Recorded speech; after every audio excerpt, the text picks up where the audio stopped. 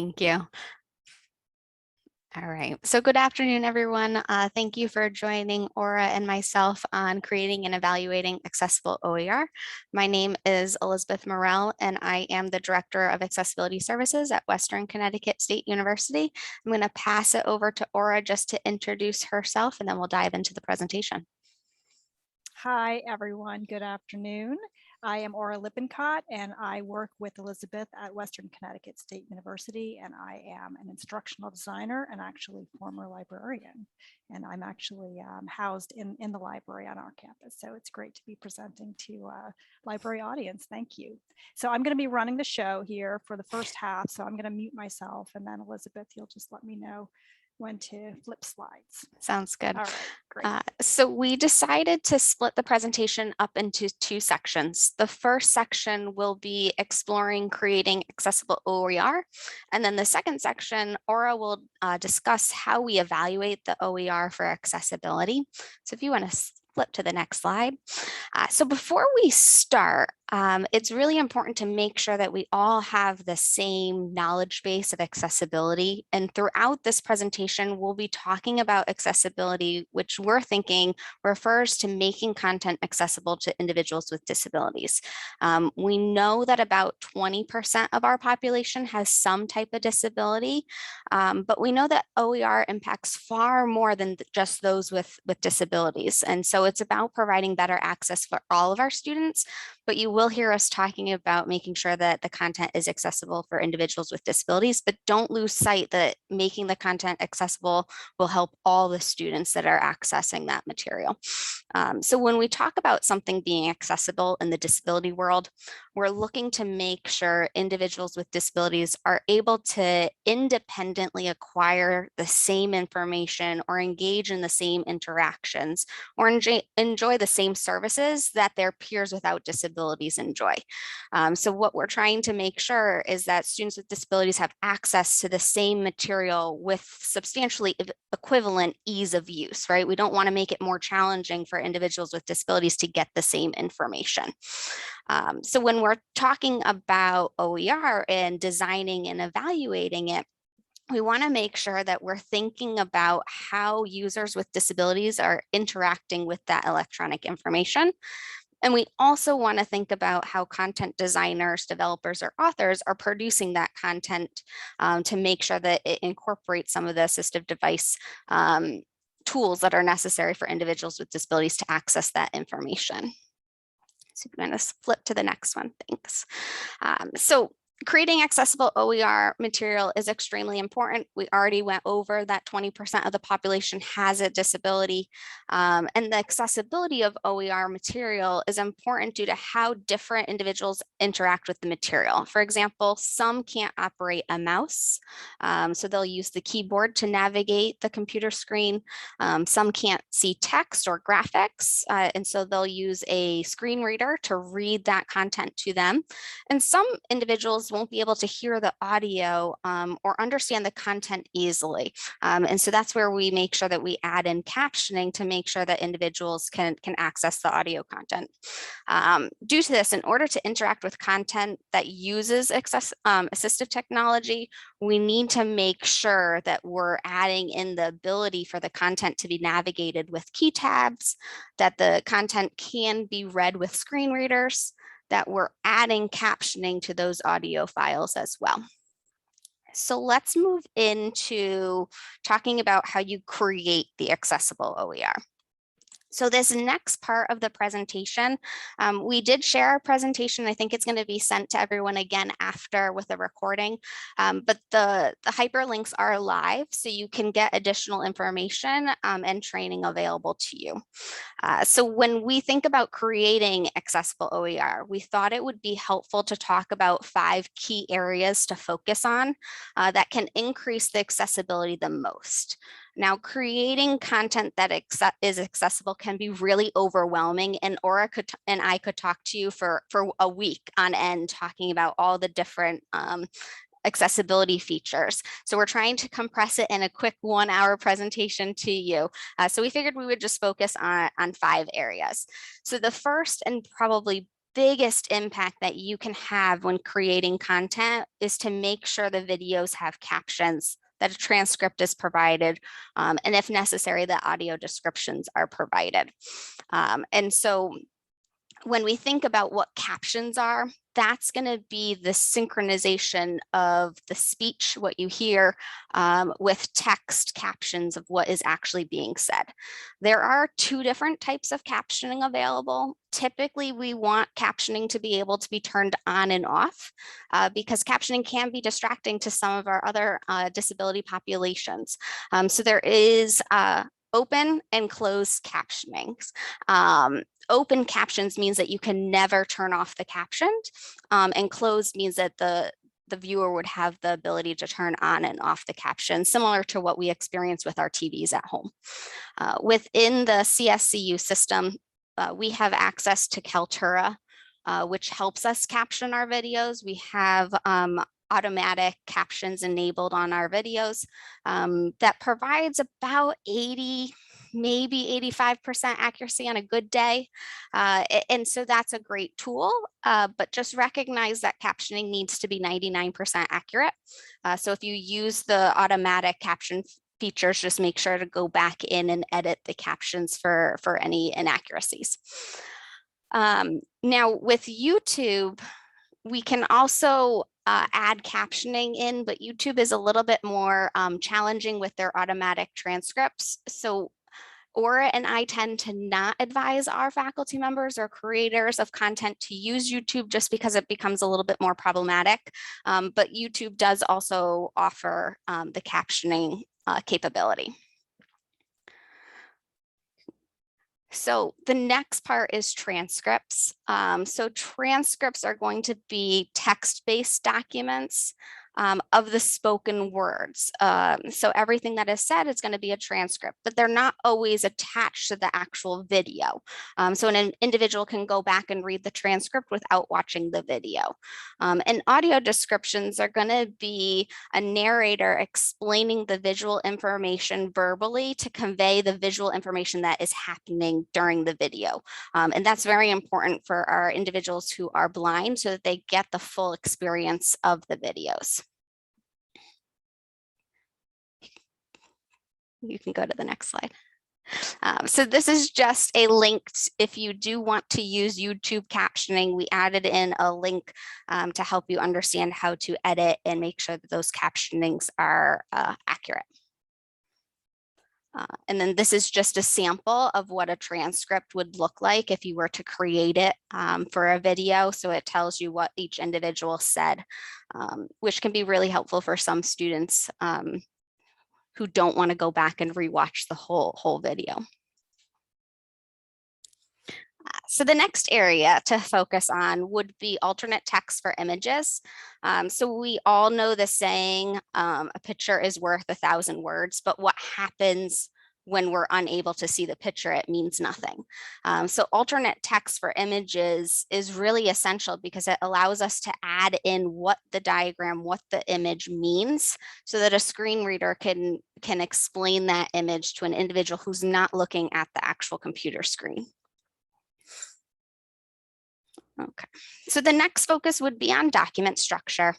So document structure is a way to make sure documents are accessible. And when I mean documents, we're talking about Word, PowerPoint, Excel, those Microsoft Office Suite applications that we're creating those documents in. When we add document structure, what we're looking to do is incorporate styles and headings into the formatting of the document, so that the screen reader is able to read in order of how you want to present the information. And later in the presentation, Aura will show you how to add the document structure into different documents. It's also important to recognize that tables can be very confusing for individuals who are using screen readers, and also for some of our individuals with learning disabilities. So we do want to make sure that when tables are included into content, that those tables also have the same document structure added in. It's not by default when you first open up a Word document for say that those document structures would be enabled. It is something that you have to add in as you're working through the document. Okay. The next section would be hyperlinks. So within our presentation right now, you've seen hyperlinks. The hyperlinks are what directs you to a website. We also included the URL, but when we're creating a document that is completely going to be electronically distributed, we want to just provide hyperlinks instead of the URL. The URL is very confusing for individuals using assistive technology to know where that URL is going to take them.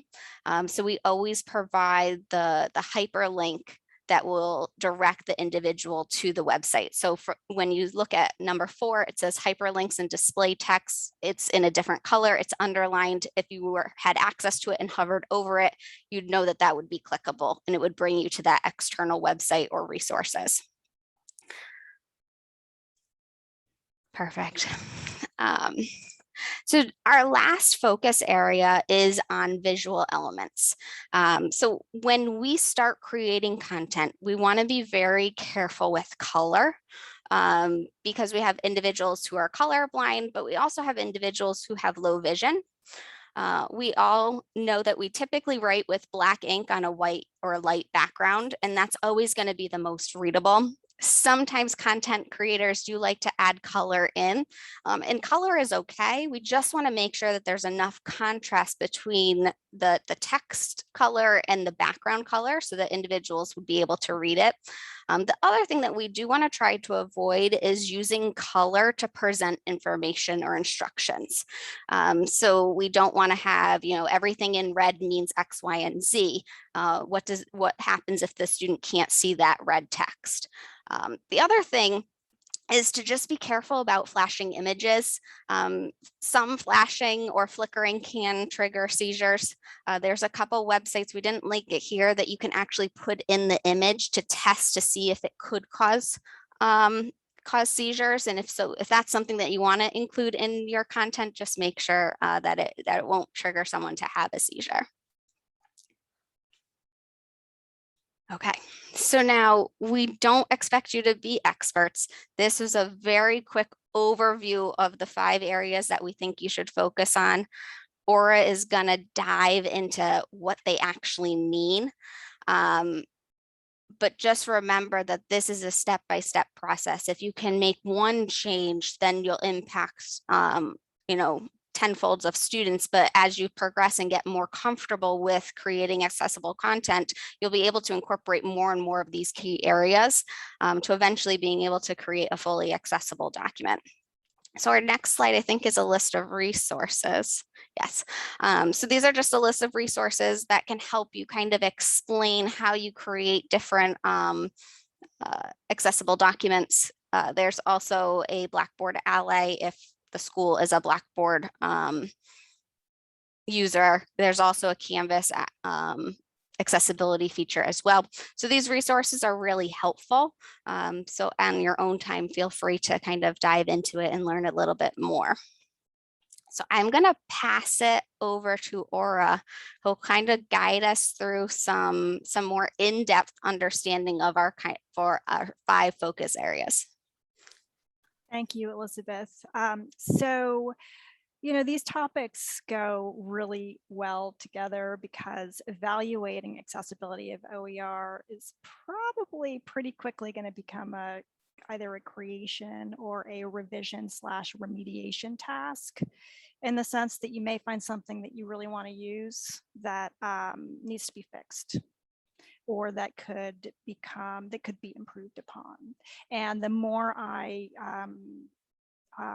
work in this area, the more I realize that it is everybody's job, really, and because it's actually sort of a huge task. And thankfully, we have not only human experts like Elizabeth, and I'm sure you have Elizabeths on your campuses, but we also have technology tools to help us with this. And we have a whole lot of people who care about this and who might just need a little bit of instruction in how to make their materials more accessible for everybody. So this part focuses on the materials that you find. And, there's going to be a lot of sort of repeat because we really wanted to focus on the sort of top 5 areas. I mean, people become experts in this and get degrees in this and certifications and so on. So we're sort of packing in the biggest hitters into a short amount of time. So, in terms of accessing OER, it's not just textbooks, obviously.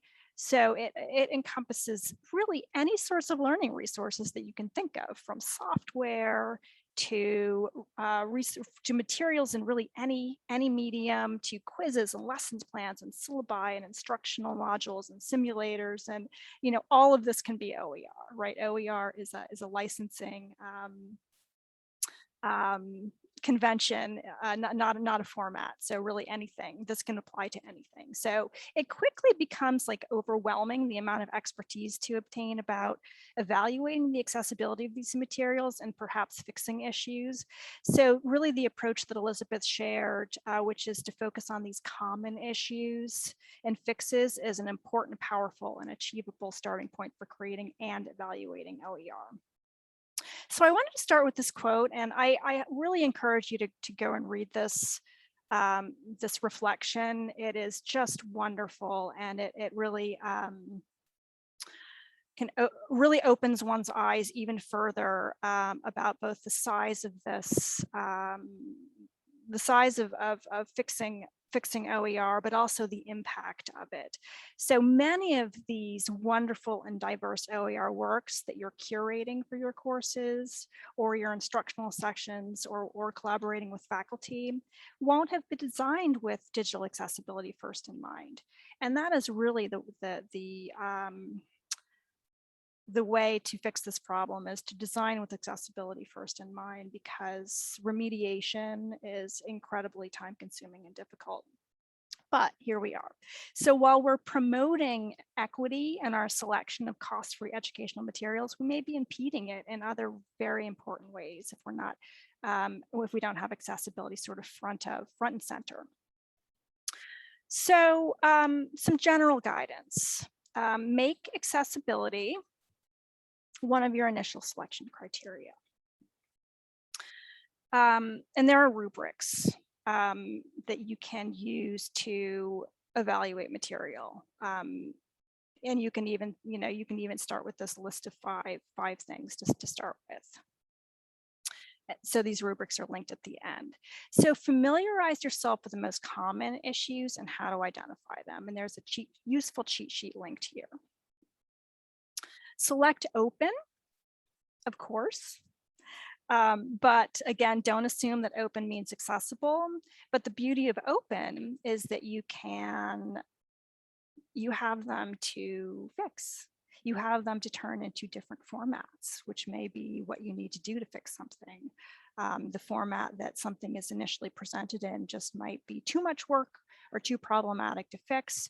So you can port it to a new format if it's an openly licensed resource.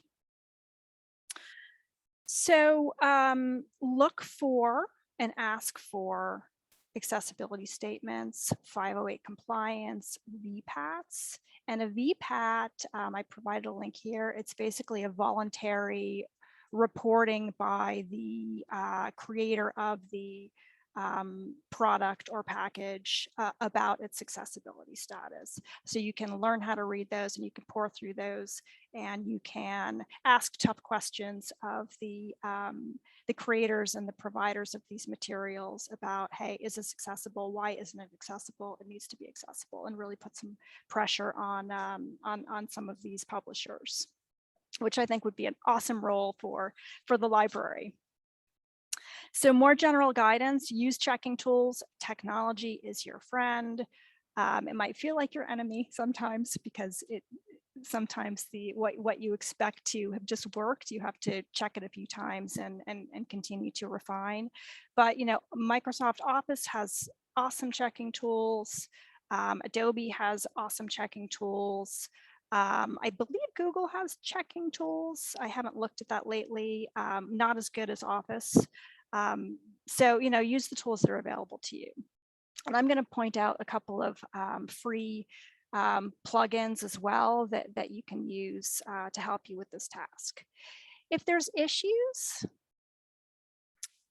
and you really want it, fix it and share it back with the community. Again, I strongly believe that making our instructional materials more accessible starts with us creating instructional materials that are accessible, but it also means pitching in and you know, making it our job to help improve those materials that are being shared with the community. If it's not accessible and it can't be fixed, move on. I know that's super hard because I know as an instructional designer how hard it is to find the perfect materials. But if 20% or more of your learners can't access those materials, then it's doing, you know, more harm than good. However, there's also an option of acknowledging known accessibility issues in your accessibility statement. So again, this is super hard.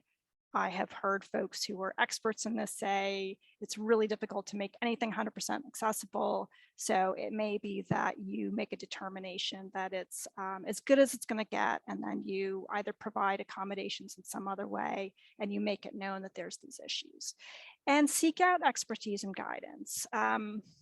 Work with your library colleagues, your accessibility office, your instructional designers, your media and IT folks, because again, this is a very, very, very wide and deep technical field in many ways. And, you know, you can quickly run into accessibility issues that feel a little bit tricky, and you might need to get some help and assistance with those. So that's my general guidance. So I'm going to go into what to look for when evaluating.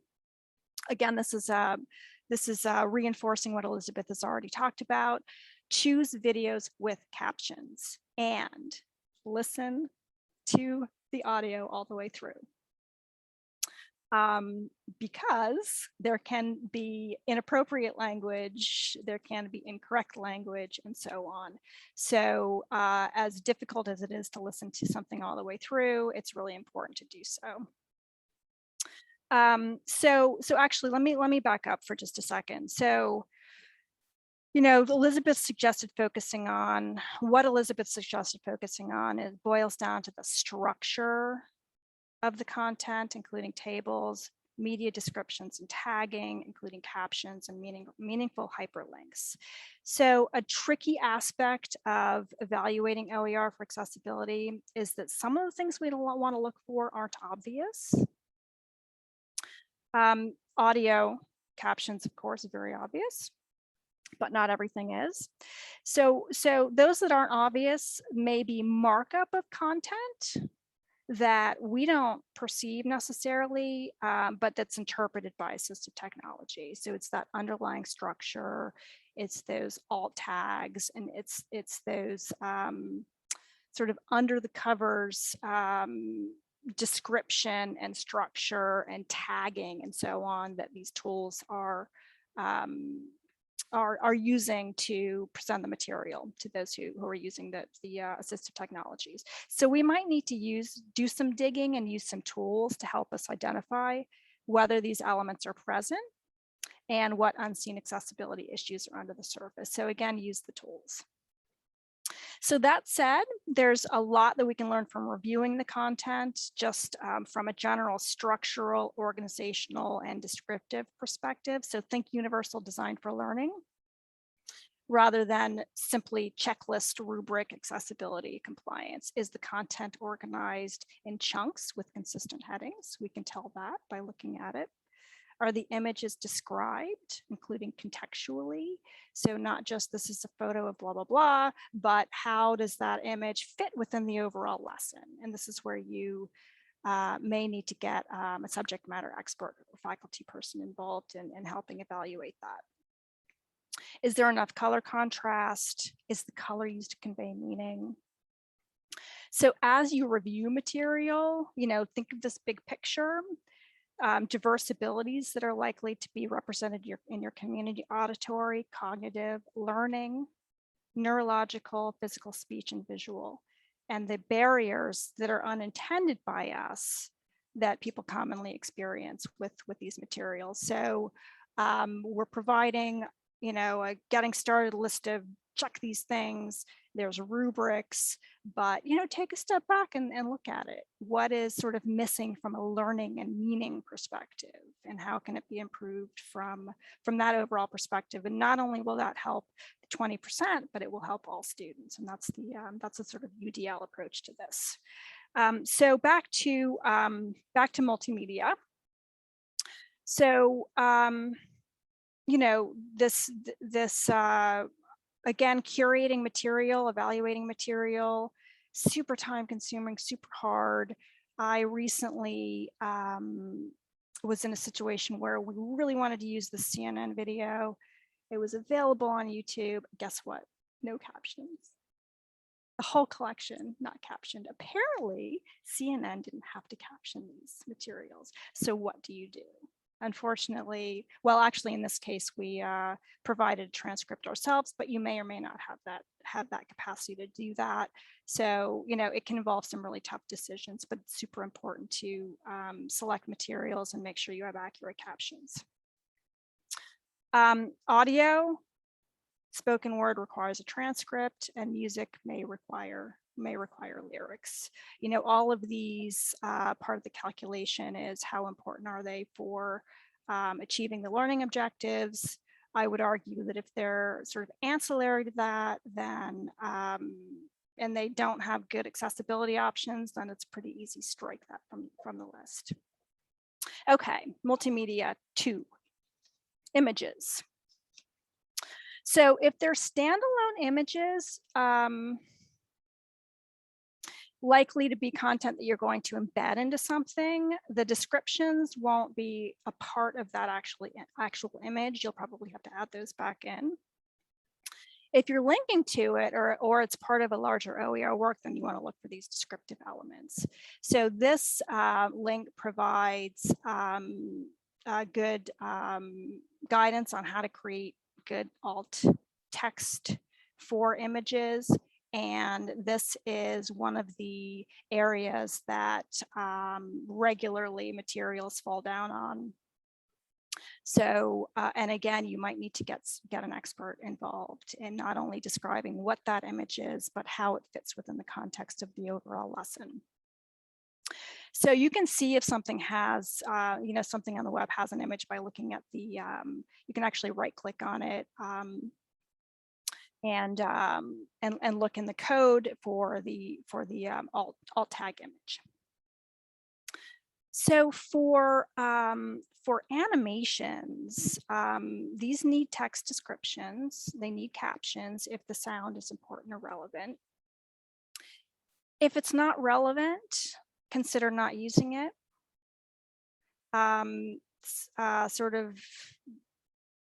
Ornamental may be distracting to not only 20% of students, but other students as well.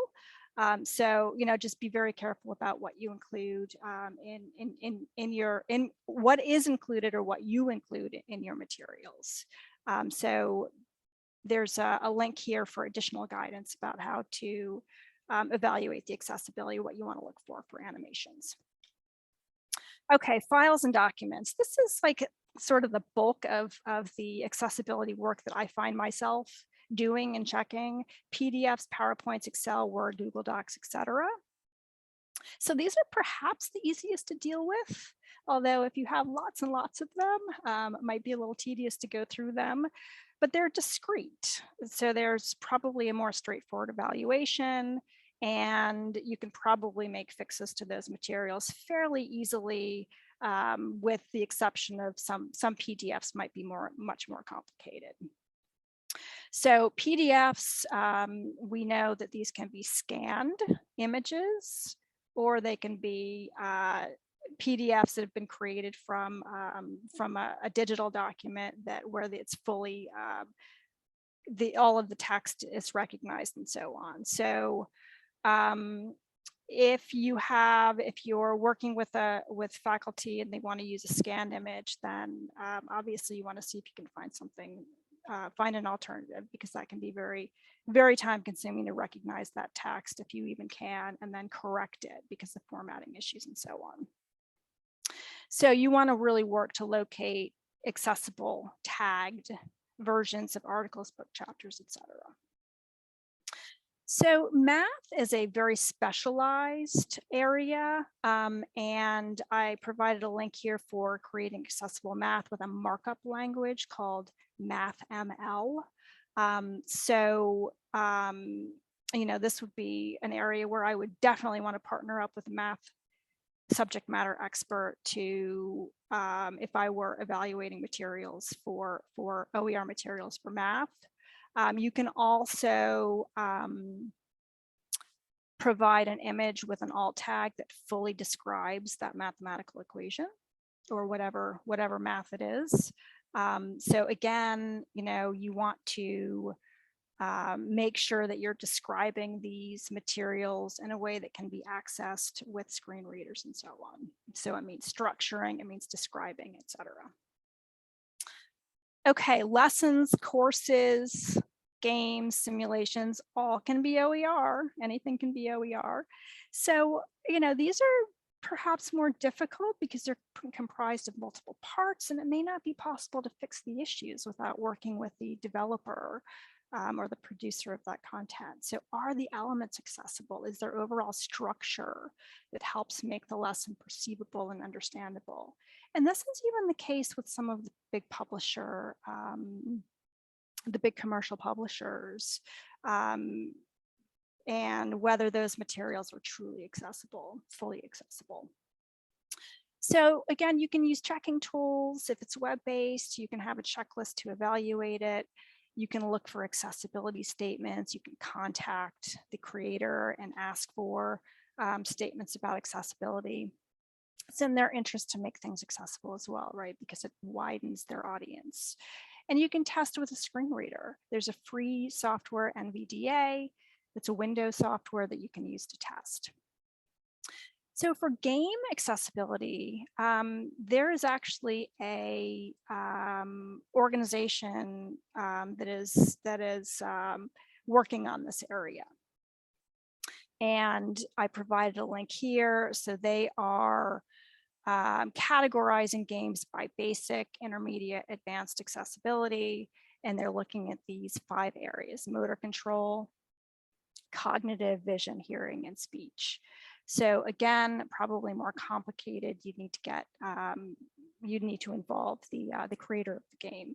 There's not a whole lot of OER games out there that I've come across, but I have no doubt that it's going to be growing field. Okay, platforms and websites. So for websites, you can put the URL into an accessibility checker. I'm going to show one of those a little bit later. And then CUNY provides a great libguide of many browser plugins that you can take a browse through and add to your own browser.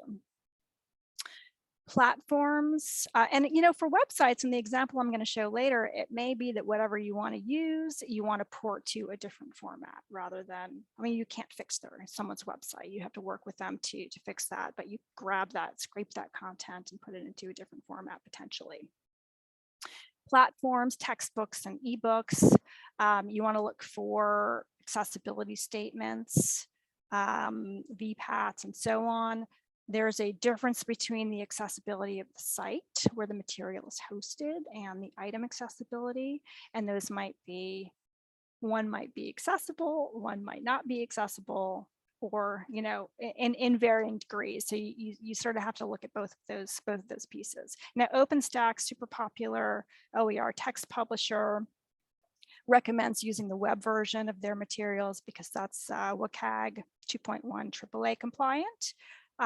So even OpenStax is not, they're saying, well, this version that we have is more accessible than these other versions that we have. So that would be the one that you want to recommend for your faculty partners and so on.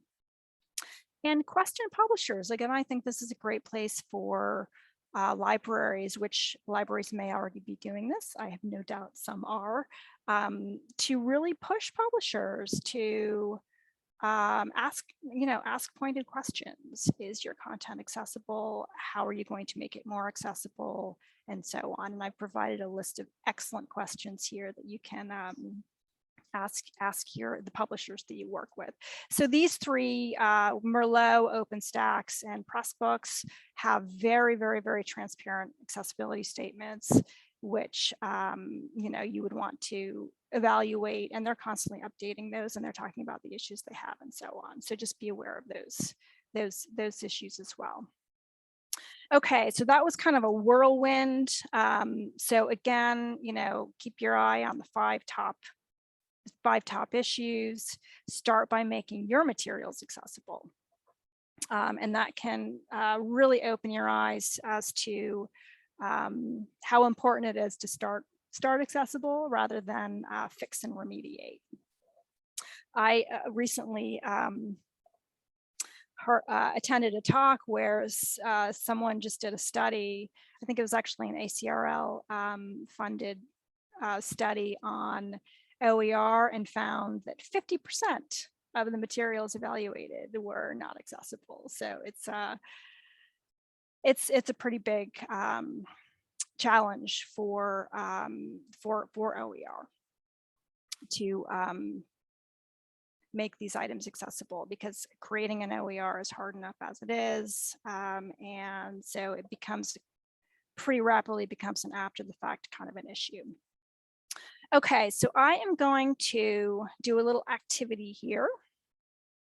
So let me open up my document here. So I created this document. This is a lesson for a course on pastry making. So this lesson is on cronuts. So what I would like you to do is, and you can, I think you can maybe unmute yourself if you like, and maybe I will pop open to the chat here. Just taking a look at, yeah,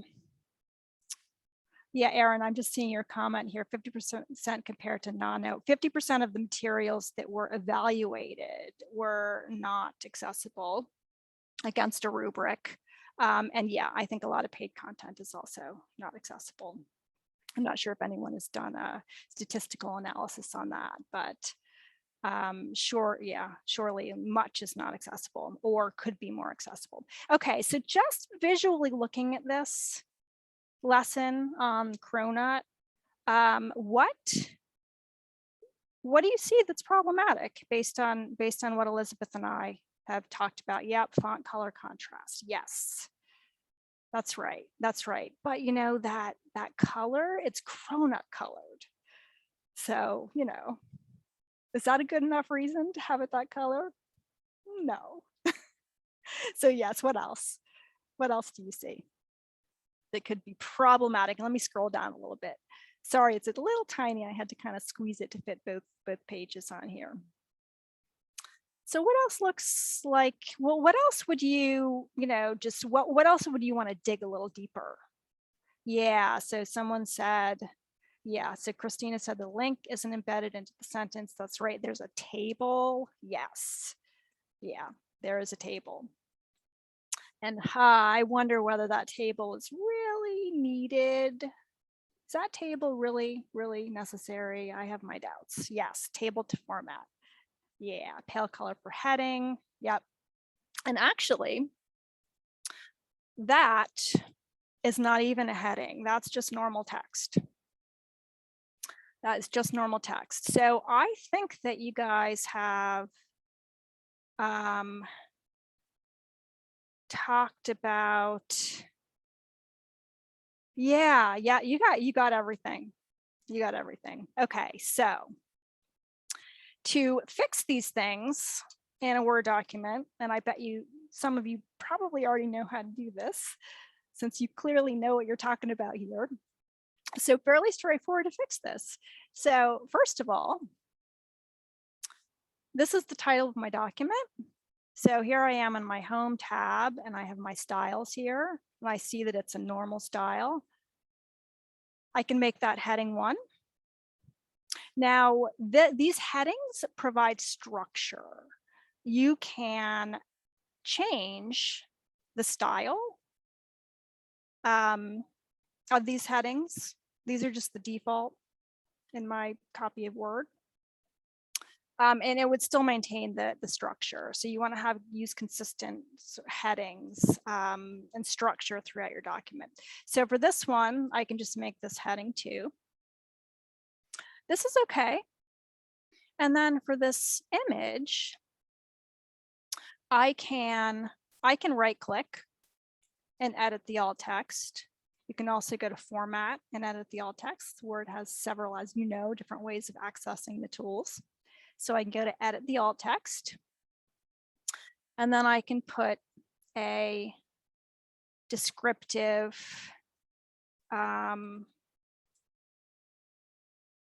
photo of cronut with a bite taken out of it. Okay, so there's my description. This is actually probably not necessary. This is a little bit of extra space, a little bit sloppy, and that might be read by a screen reader. So we'd probably want to close that up. And I actually have a fixed version of this, so I'm not going to go through every step here, but I just wanted to show a couple things. So this one I would put heading 2. Okay, so this table with all of these images, very clear to me that this table is being used to present these images side by side, and it's really not necessary to do that. And I actually also have an extra row here. So each of these, oh, okay, so look at that alt. This is just the default. That would be pretty ugly for a student to come across and have their screen reader read that. So something definitely to fix there. So there's alt text there, but I wouldn't want to have that read to me. So I'm not going to fix those right now, but this, so there's a couple of things here. You rightly pointed out that this needs to be I would actually reformulate as probably the title of the Wikipedia entry and hyperlink that. And for this one, I would also hyperlink this text, but I would also check the YouTube video to make sure that it has accurate captions. So let me move over to my fixed version here.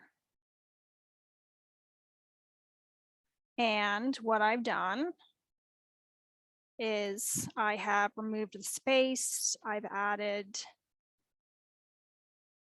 alt text, I have gotten rid of that table, and I've added alt text here. And then I have hyperlinked my display text. Actually, this probably would be better again as the title of the article rather than visit Wikipedia. Okay, so that is fairly straightforward remediation of a lesson on cronuts. And actually, what I should have done, let me actually go back to my document, my other document, because it still has some issues, is I should have just run the accessibility checker, but you all pointed out things so beautifully that I forgot to do that. So let me go back here. And if I go to review and check accessibility, surprisingly, it's telling me I don't have any issues. I know there are issues. So, oh, actually I fixed most of these. Okay. So basically this accessibility checker will run through and look for alt text issues. It will suggest if you're running it on a PDF, I'm sorry, on a PowerPoint, it will suggest reading order of the materials in the slides. So it'll basically run through and provide you with not only suggestions about what to fix, but also how to fix the material. So again, these checking tools are definitely our friend. Okay, so once I have fixed my document here, what I want to do is I'm going to export this to PDF, and then I'm going to check it in PDF and show you some things that can be fixed there. So first I'm going to export, and I think this will be pretty quick. So I'm going to create a PDF here, and I'm going to just put it right here into my folder and cross my fingers so that it cooperates with me. All right, so let's see if it's in here because it didn't pop up. Okay, so there we go. So here's my, so this requires the full version of Adobe Acrobat. So if so here we go. Looks pretty good. I like it. I like it. Hyperlinks should work. Okay, so if I want to check the accessibility on this, I am, okay, so let me move some things out of the way here. I can actually,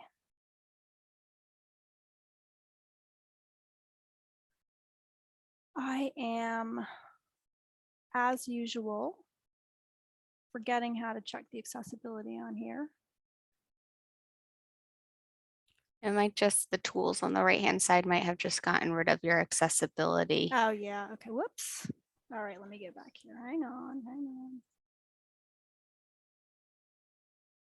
It was there. Oh, here we go. Okay. So more tools. Nope, I'm going to find it. Hold on. Accessibility. Here we go. Okay. Accessibility. All right, so I'm going to do an accessibility check. So just to repeat, I went over into the search tools for the PDF and I looked for the accessibility check. Okay, so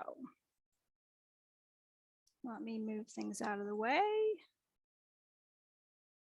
so I can see here. Okay, so I'm going to start my check. And 3 issues. Okay, so that all looks good. Okay, logical reading order. I'm going to look at that in just a second. It always fails the title in my experience. So if you right click, you can fix that. And I am going to say a brief history of the cronut. Whoops. Cronut. Okay. Okay. And then color contrast manual check. It doesn't actually check that for me. Okay, so logical reading order. So you can check that using this reading order button here.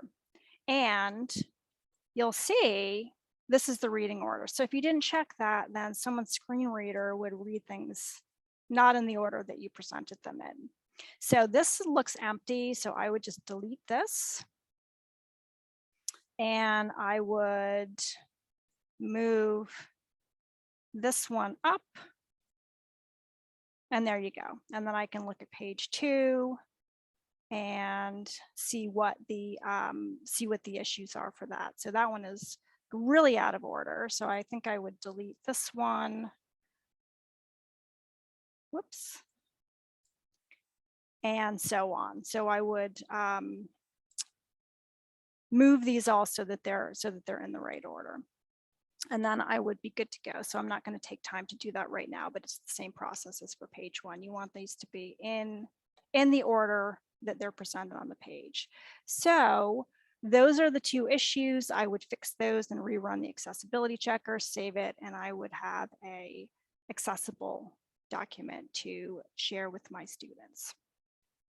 Okay, so how are we doing on time? A few more minutes. So just quickly, let me go back to my slides, and I just had a couple of other little things to show, and then we'll have a few minutes for answering any questions that have come up.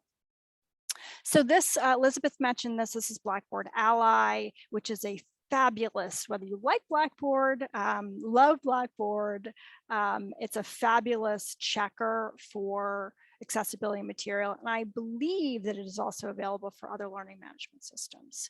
So, you know, find out if your institution has this. It runs through it automatically runs through the material in the course, and it gives these indicators, and it provides helpful tips on how to fix the issues. It's not perfect, but it will surface a lot of issues that would otherwise be hidden, and gives instruction on how to fix those issues. So super useful for a learning management tool. Okay, this example is an example of a Merlot resource, and Merlot actually has a way to search for whether materials in Merlot have accessibility info. So that's one of the search tools. And I think I put this up here. So yeah, so here it is. So this, let me actually go to the material. So here's where you can install. So this is a web page, pretty simple web page. And here's where you can install a browser plugin. And I have a couple of interesting browser plugins here. Color blindness test, a web accessibility tool. But what I want to show you, and another color contrast analyzer. But what I want to show you is this wave tool. These are free. And I'm using Chrome. So what this does is it basically provides you with these clickable icons to see what the issues are for this particular OER, openly licensed material. So in this case, this is a case where I might say, okay, I really want to use this. I'm not going to be able to fix the web version, but I can, because it's CC BY licensed, I can take that and I can put it into a different format and fix the and make it more accessible, improve the accessibility of the material. So this wave tool is super interesting, free, very useful. It has technical jargon, which you may want to do a little bit of research on. But if you just click through, it can just be really useful, just immediately on the face of it for checking materials. And if there's lots of flags, then you may or may not want to move on from that material. So to close, again, back to this article, which I again highly recommend. It's a fabulous article about this effort to take Open Oregon materials and improve the accessibility sort of after the fact. So this remediation project. So, it's patience and persistence and iteration. And, keep the big goal in mind, materials that all students can access and use across their learning journey. So it's really important work, particularly with the necessary emphasis on equity and inclusion. This work is super important. So with that, we would like to answer a couple of questions if we can, and thank you for joining us for this very fast overview of accessibility of OER. Thank you. Thank you so much. This was incredibly helpful. And there's one question that I'd like to start with, which is, well, let me scroll to it. As we're trying to promote more OER to faculty, how do we make them aware of these issues without totally scaring them away from open educational resources? Such a great question. So, wow, I think what we need to do is seize on this opportunity, seize on this awareness of equity and diversity and inclusion again, and provide things in bite-sized chunks, right? So I don't know if you're familiar with the Universal Design for Learning has this concept +1. So UDL is overwhelming. Fix one thing, and then fix another thing, and then fix another thing. So I think that we have to both really emphasize how important this is, and even have an elevator speech about it, right? This is so important. Your students, for your students' learning, this is the right thing to do. Here's tools to do it. Do it right off the bat because it's much easier than remediating the materials, and provide support and encouragement. I mean, I think, it's a super hard challenge, but it's such an important one that I think we just need to begin to tackle it. And then there's the institutions that have lawsuits, right? And then they are on the hook for it. And of course we want to avoid that. But I don't believe we want to try to scare people with lawsuits. I mean, I think people need to be aware that that can happen, but sort of frame it in a different way. And Elizabeth, do you have any thoughts on that? It's a really tough question because it is overwhelming. Yeah, no, I think you touched on most points. I had made a comment in the chat that when you and I are training, we emphasize to faculty members that we want them to take baby steps. We know that this is not going to be a quick fix, but if we can get them to change 1, 2, 3 things, we take that as a win, and then we can continue to build on that as they continue to get more comfortable, because it is overwhelming. And the other approach that we're taking on our campus is wherever we can, we're creating accessible templates. So, hey, use this syllabus template that is fully customizable, but it is a skeleton that is accessible. So, why are we all doing this work separately when we can provide templates in addition to tools to jumpstart? And so any sort of documents that are used sort of over and over again, administrative documents, whatever it may be, make those accessible in one place and then put them out there for folks to use. Great question. And if anyone has any suggestions in the audience, please. we're learning too, and we love to hear everyone's case studies and best practices. So thank you.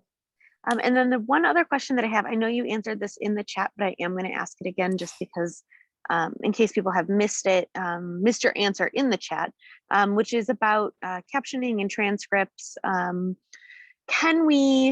How faithful should the transcript be to the spoken content? Excuse me. Is it better to leave the ums and ahs or half-started sentences, or should we edit things so that it's smooth to read? You can edit them. We don't typically see verbatim transcripts in education. We see that in legal documents. We see that in medical offices. If you go in and your doctor starts talking into their computer, it's going word for word. But for our purposes, it actually helps students if we take out the ums and stuff like that, because then they'll be able to search through the transcript document and ignore those I say fluff words. We don't need them. They're not providing any sort of context to the presentation. Great. Thank you so much, Elizabeth. The other piece of that, which I learned along the way of working on these accessibility projects, is that you want to identify the speakers. Correct? Great yes. point. Yeah. So it's not just go through and fix the typos. It's you're actually making it meaningful, right? It's a fantastic point. Well, I think that those were the 2 big questions that we had, and I know that we are at 11 o'clock, which means we are out of time. So I do want to thank you both so very much for this wonderful presentation. It was informative and extremely helpful. It's nice to see some hands-on accessibility work. I know that we're all very interested. So thank you again, both for your time and your expertise. We appreciate you both so very much. Thank you so much for having us. This was excellent. Thank you.